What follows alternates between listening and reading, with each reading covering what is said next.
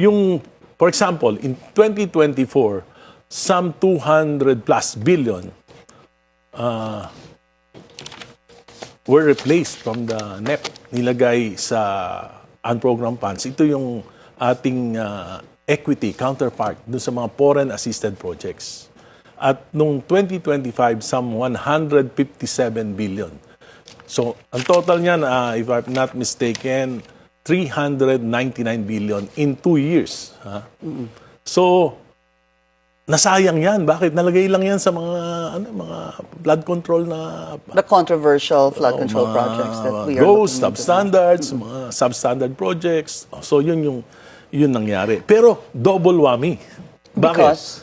Nilagay natin sa unprogrammed funds, yan yung mga foreign assisted na counterpart. So, nung nailagay na yan sa foreign assisted, hindi nagamit.